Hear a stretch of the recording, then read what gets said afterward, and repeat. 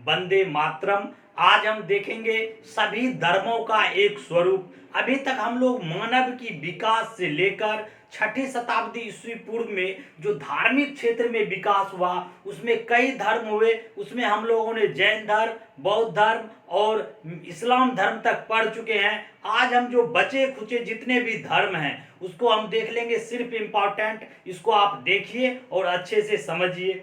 चलिए, पहला है वैष्णव धर्म। वैष्णव धर्म का जो हम जानते हैं कि इसकी जानकारी उपनिषदों में मिलती है। उपनिषद कितने थे? 108। इसमें हम कई उपनिषद से रिलेटेड वीडियो डाले हुए हैं। जितना उपनिषद है उसमें जो इम्पोर्टेंट है, जैसे ओम बृहदारण्यक उपनिषद से मिला है, सत्यमेव जयते मुंडकोपनिषद से मिला है, तो ये सब हम पूरा अध्ययन बताए हैं। आप जाके वीडियो में देख सकते हैं, उपनिषद खोज के। बहुत ही इंपॉर्टेंट, सिर्फ कंपटीशन के लिए मिलेगा। लेकिन चलिए देखते हैं इसमें। वैष्णव धर्म का जो प्रवर्तक थे वो श्री कृष्ण थे। आप तो जानते थे, श्री कृष्ण को जानते हैं।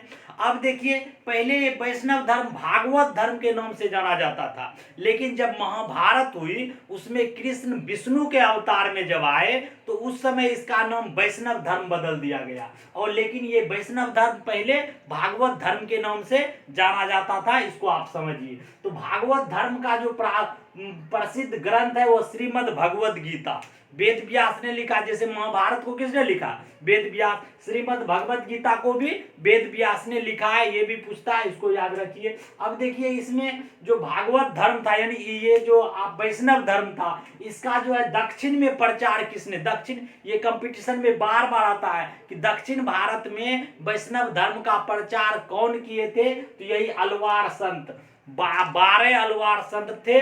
नैनार जो है देखिए 63 थे। ये अलवार और नैनार संत जो है उस समय थे हिंदू धर्मों में। तो ये जो थे आप वैष्णव धर्म के प्रचार के लिए अलवार संत जो 12 थे वो गए थे दक्षिण भारत में, इसको आप याद रखिए। अगला देखिए, चरम सीमा। ये जो है वैष्णव धर्म जो थी, वैष्णव धर्म, इसका चरम सीमा गुप्त काल में था। गुप्त काल में चरम सीमा पर पहुंच गया था वैष्णव धर्म। ये भी प्रश्न आता है कि वैष्णव धर्म का जो है उत्थान, चरम सीमा कब थी? यानी गुप्त काल में इसको बहुत संरक्षण मिला था वैष्णव धर्म को। चलिए अगला देखते हैं, शैव धर्म। शैव धर्म में शिव पूजा, शैव धर्म का मतलब होता है शिव जी का पूजा। तो इसमें शिव जी का पूजा जो है सर्वप्रथम कहाँ मिलता है? तो सिंधु घाटी में। सिंधु घाटी में कई ऐसे प्रमाण मिले हैं जिसमें ऐसा प्रमाण होता है कि लिंग पूजा या शैव पूजा का पूजा उस समय होता था। वैसे प्राकृतिक पूजा हम पहले सिंधु घाटी का सब वीडियो, अगर इससे रिलेटेड आपको कुछ भी कंफ्यूज होता है तो पिछले वीडियो में आप जाके देखिए, अच्छे ढंग से समझ जाएंगे। चलिए, लिंग पूजा का वर्णन मत्स्य पुराण में, पुराणों की संख्या 18 है, तो मत्स्य पुराण में ये लिंग पूजा का वर्णन है, इसको आप देख लीजिए। अब देखिए, दक्षिण में भी शैव धर्म का विस्तार हुआ होगा। जैसे वैष्णव धर्म का विस्तार हुआ तो शैव धर्म का भी विस्तार हुआ। तो दक्षिण भारत में नैनार, यही बोले अलवार संत और नैनार संत, इसको याद रखिए। 12 अलवार थे, 63 नैनार थे। नैनार जो है शैव धर्म का विस्तार प्रचार किए थे दक्षिण भारत में, और 12 अलवार जो थे वो वैष्णव धर्म का प्रचार किए थे दक्षिण भारत में। दोनों दक्षिण भारत में प्रचार किए थे। अगर ऐसा पूछ दे अलवार संत और नैनार जो संत थे वो किधर प्रचार कर रहे थे? दक्षिण भारत में, तो ये याद रखना है।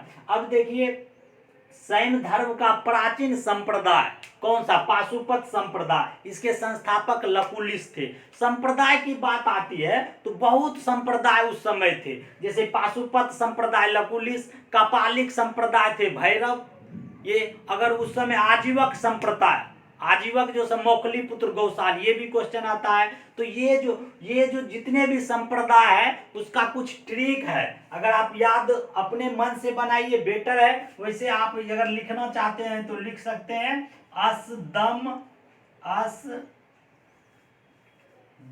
वीर शुभ, असदम वीर शुभ द्वेतानी।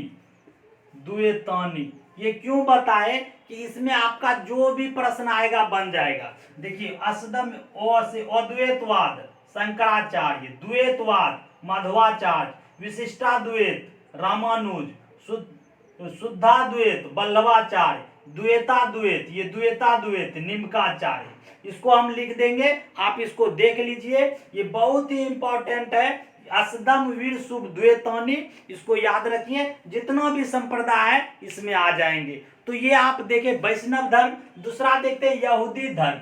यहूदी धर्म जो है प्राचीन धर्मों में एक है। वैसे हम जानते हैं सबसे प्राचीन धर्म जो है सनातन धर्म है, लेकिन ये यहूदी धर्म प्राचीन धर्मों में से एक माना जाता है। क्यों माना जाता है? कि इसी धर्म से दो धर्मों का विकास हुआ, इस्लाम धर्म और ईसाई धर्म इसी यहूदी धर्म से निकले। तो इसी के लिए इसको इब्राहिमी धर्म भी कहते हैं। यहूदी धर्म को इब्राहिमी धर्म इसलिए कहते हैं, ईसाई धर्म और इस्लाम धर्म इसी धर्म से बना है। अब देखिए इसका धर्म ग्रंथ यहूदी का तनक है।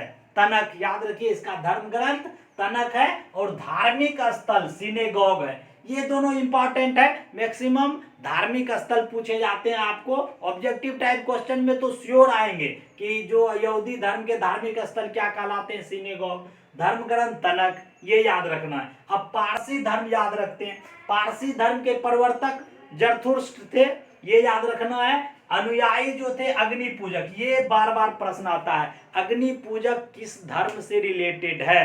तो ये आप मारेंगे पारसी धर्म, अग्नि पूजा इसमें होता था। इसका धर्म ग्रंथ जैन अवस्था, इसका जिस तरह उसका धर्म ग्रंथ तनक था, इसका धर्म ग्रंथ हर धर्मों का है। हिंदू धर्म में दो दो धर्म ग्रंथ, महाभारत रामायण, इस तरह जो है आप याद रखिए। तो ये जो है धर्म ग्रंथ जैन अवस्था है पारसी धर्म का। और स्थल तो आपको बता ही दिए, धार्मिक स्थल अग्नि मंदिर, आतिश बेहराम भी इसको बोलते हैं।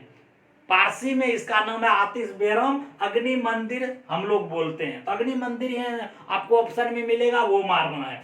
त्योहार जो है नैरोज, नैरोज उत्सव आप लोग रिलेटेड है। अब देखिए ईसाई धर्म, धर्म में ईसाई धर्म का बहुत प्रमुखता से इसका वर्णन, चूंकि इससे रिलेटेड आपका क्वेश्चन आता है बहुत।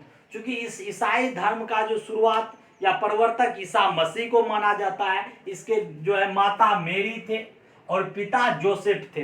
ये बरहई थे जोसेफ, और इसी के साथ 30 वर्षों तक जो थे ईसा मसीह जो है इनके साथ बरहई के रूप में कार्य किए। और ये बढ़ाई के कार्य करते करते इनको ज्ञान की प्राप्ति हुआ और ये जाके अपना अनुयायी को धर्म के बारे में बताने लगे। लेकिन इससे एक कहानी बनती है कि ये कि जन्म जो है जेरूशलम बेथलेहम में हुआ था। ईसा मसीह का सबसे बड़ा चीज ये है कि उसके जन्म को हम 0 ईस्वी से मानते हैं और इसके जन्म से ही हम ईस्वी का शुरुआत, ईस्वी ईसा मसीह ऐसा शब्द लग रहा है ना, तो आप ये जान जाइए ईसा मसीह से ही हम लोग जो है ईस्वी शुरुआत हुई है। यानी ये जो वर्तमान कैलेंडर है ग्रिगोरियन कैलेंडर, इसके जन्म से ही शुरुआत होता है। हम पहले जो पढ़े, अभी जो पढ़ रहे हैं 6ठी शताब्दी ईस्वी पूर्व तक यानी BC, और जो बाद ईस्वी आ जाता है AD, यानी पीछे का BC होता है और 0 के बाद, यानी आप जैसे पढ़ते हैं ये 0 है, इधर +1 +2 जाता है, इधर -1 -2 -3, ऐसे मैथ बनाते हैं। तो ये दाहिना वाला जो है ये हो गया AD और ये हो गया BC। BC का मतलब होता है, यहाँ लिख दिए हैं before the birth of Christ, इसलिए कि इसके जन्म से पहले को हम BC बोलते हैं। और AD जो है एनो डोमिनी, एनो डोमिनी जो है ईसाई के जन्म के बाद का जो है एनो डोमिनी माना गया है। तो ये पारसी शब्द है एनो डोमिनी, और ये जो है ईसाई के जन्म के बाद को AD में माना गया है। तो इस तरह आप समझिए। अब देखिए ये 30 वर्ष तक हम बताए कि बढ़ई के रूप में काम किए, लेकिन इजराइल में बहुत यहूदी थे। आपको बताया कि यहूदी धर्म से ही ईसाई धर्म बना है आगे चल के। चूंकि ये ईसा मसीह जो थे इजराइल में यहूदी के बीच जो है अपना धार्मिक प्रचार कर रहे थे, वो बता रहे थे मुझे ईश्वर ने भेजा है, हम ईश्वर के पुत्र हैं, ईश्वर एक है। तो इसमें यहूदी जो गुरु थे, यहूदी के गुरु, वो सब बहुत गुस्सा हो गए कि नहीं ईश्वर का पुत्र आप कैसे हैं। तो इसीलिए वहां का जो रोमन गवर्नर था पोंटियस, उसने उसको सूली पे चढ़ा दिया 33 ईस्वी में। तो ऐसा माना जाता है कि वो 3 दिन तक उसी सूली पर चढ़े रहे और 3 दिन बाद फिर जिंदा हुए।